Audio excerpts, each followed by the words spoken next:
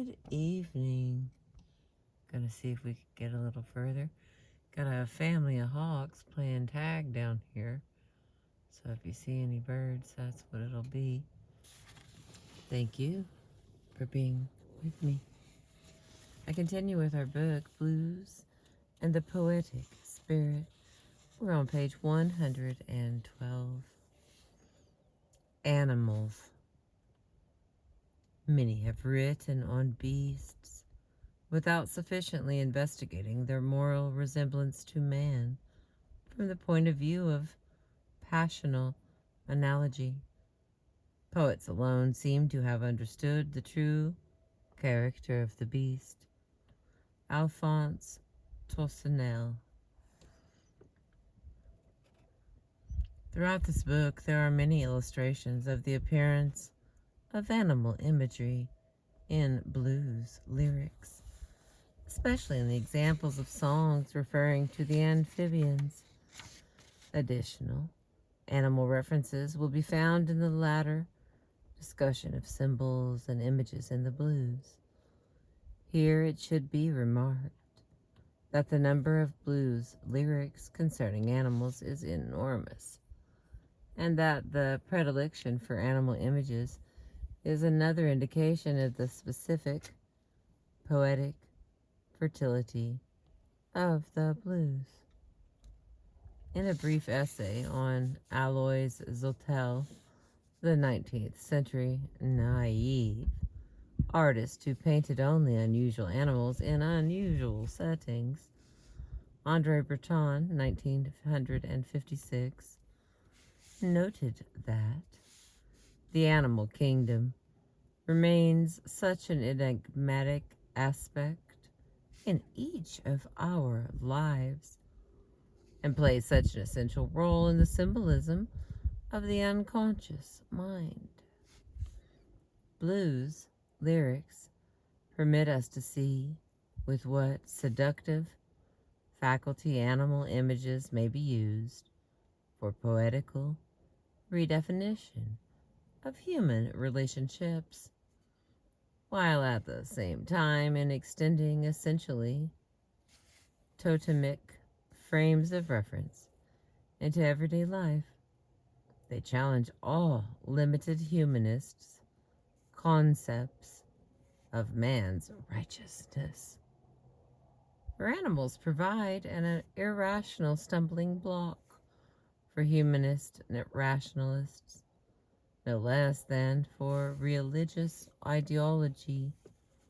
And just as repressive terminology employs animal terms to denounce truly human behavior, as when a school teacher tells children at play to stop acting like animals, so the blues singers' celebration of truly human behavior, especially sexual love, in animal terms is an especially striking example of the distance separating the blues from the dominant ideology.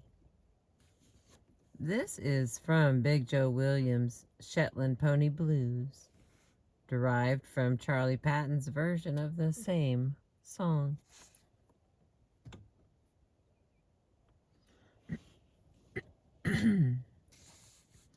Hitch up my pony, saddle up my black mare.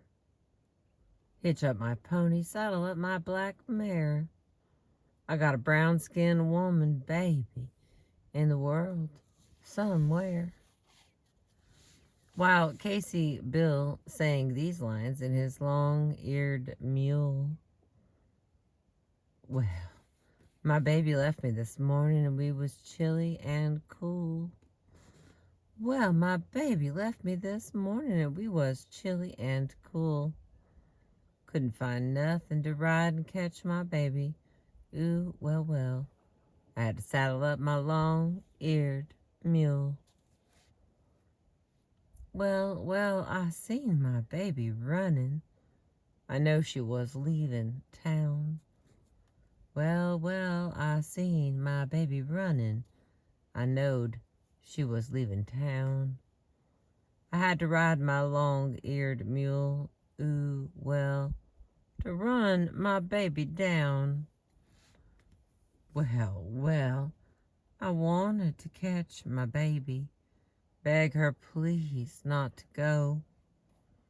Well, well, I wanted to catch my baby and beg her please not to go.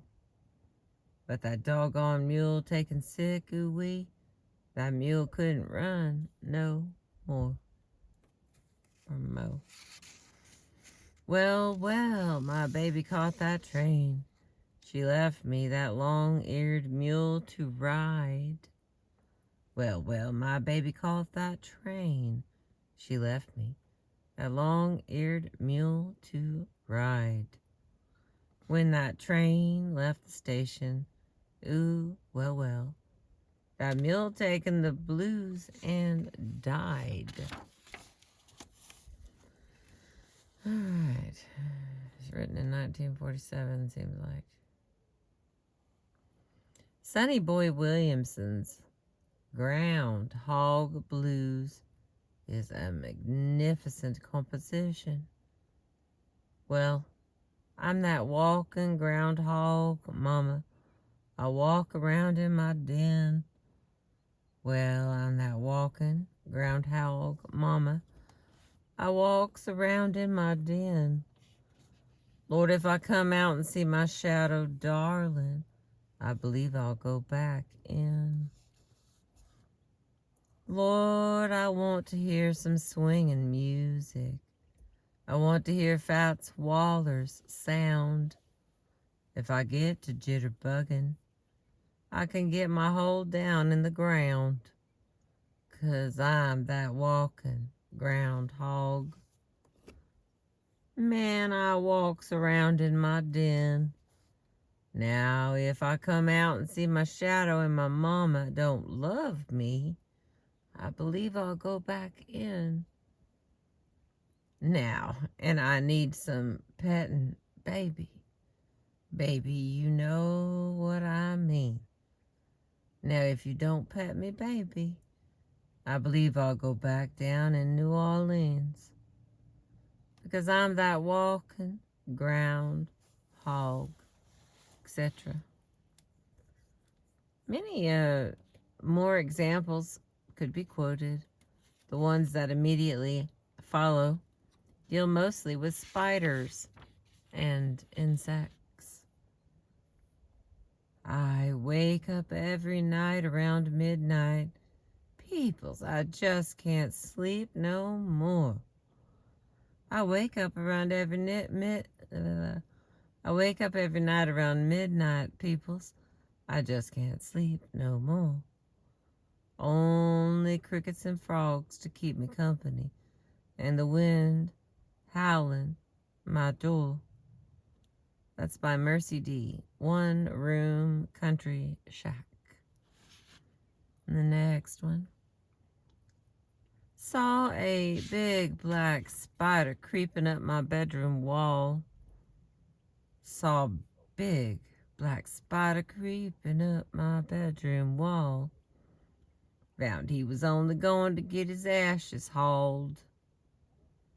That's by Sylvester Weaver, called The Black Spider Blues. Oh Lord, it looks like it continues. No, this is different. This is by Johnny Shines, called The Black Spider Blues. Well, let me be your black spider, build my web up beside your wall. Well, let me be your black spider, build my web up beside your wall. Well, I'll build it so good, mama, oh, well, well, you won't want to get it down at all. Well, if you let me be your spider, I'll be the sweetest man in town. Well, if you let me be your spider, I will be the sweetest man in town. Well, I'll bet my bottom dollar, baby, ooh, well, well, you can look up as long as I can look down. A curious and prominent position in the popular mythology of the South must be reversed for the boll weevil. Arriving from Mexico, this bug, along with a long snout, is one of the most notorious pests in American history. It devoured vast acres of cotton, which prior to World War I was the staple of the Southern economy. In one decade, boll weevils were responsible for the destruction of some 25 million bales of cotton, nearly a sixth of the crop.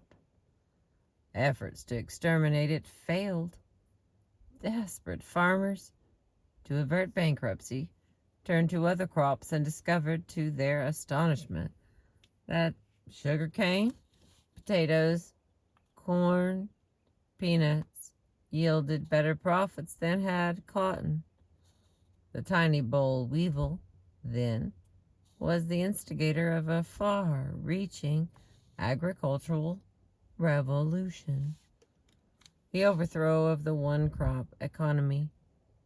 It is thus less bizarre than might seem at first sight that in the Cotton Belt town of Enterprise, Alabama, there is a public monument of a female human figure holding aloft a replica of the insect, bearing the inscription, "In profound appreciation of the boll weevil and what it has done in the herald of prosperity." In the blues, however, we find that the boll weevil is often the bearer of very different things. Here's an example. "Hey, boll weevil, don't sing them blues no more. Hey, boll weevil, don't sing them blues no more. Boll weevils here, boll weevils everywhere you go." That's Bessie Smith from Boll Weevil Blues. This is another version by Lead Belly. "First time I seen the boll weevil, he was sittin' on a square. Next time I seen a boll weevil, he had his whole family there. He's looking for a home. He's looking for a home." The old lady said to the old man, "I've been trying my level best. Keep these boll weevils out of my brand new cotton dress. It's full of holes, and it's full of holes." The old man said to the old lady, "What do you think of that? I got one of the boll weevils out of my brand new Stetson hat. And it's full of holes. And it's full of holes." Now the farmer said to the merchant, "I never made but one bale. Before I let you have that last one, I will suffer and die in jail. And I will have a home. And I will have a home." In the case of several blues singers, the totemic significations are so marked that they have adopted animals as nicknames or professional names. Howlin' Wolf, Hound Dog Taylor, Bumblebee Slim, Boll Weevil Jackson, etc. Victoria Spivey's Black Snake Blues brought her such renown that to this day her album jackets are emblazoned with a pen and ink portrait of her draped with a large snake. Of course, there are numerous folk references to animals in blues. That is, references drawn from traditional lore, minstrel songs, Aesop's fables, and African tales. It is true, too, that references to the most ordinary animal creatures of barnyard and woodland predominate. Even traditional and common lines, however, often seem fresh and brilliant in contrast to the insipid trivia of most popular songs. For example, make a rabbit hug a hound. But there are some blues songs in which the animal imagery rises to a unique level of humor and fantasy, as in this tantalizing fairy tale by Victoria Spivey. Folks, I'm telling you something that I saw with my own eyes.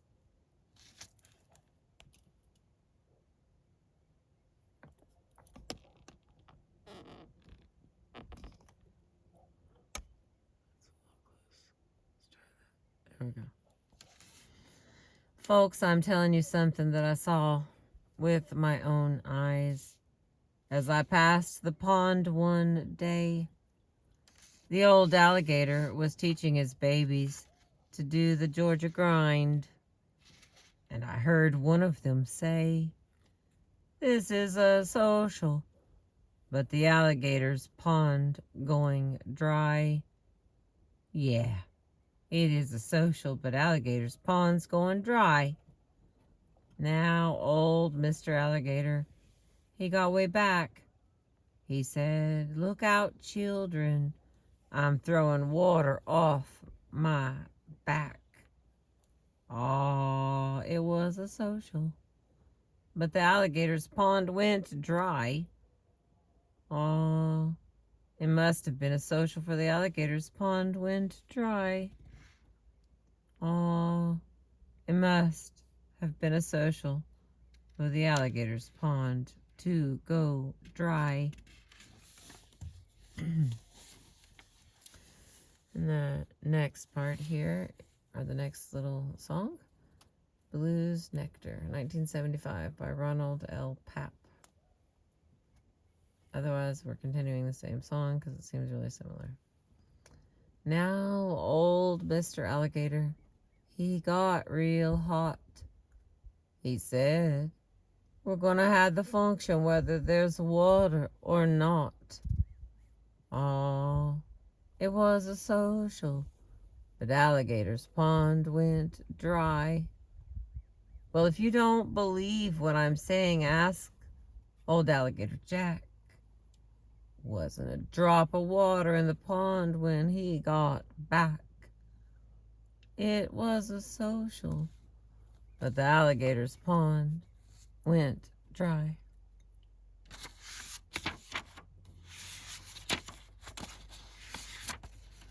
All right, that's all we could fit in with this sunset.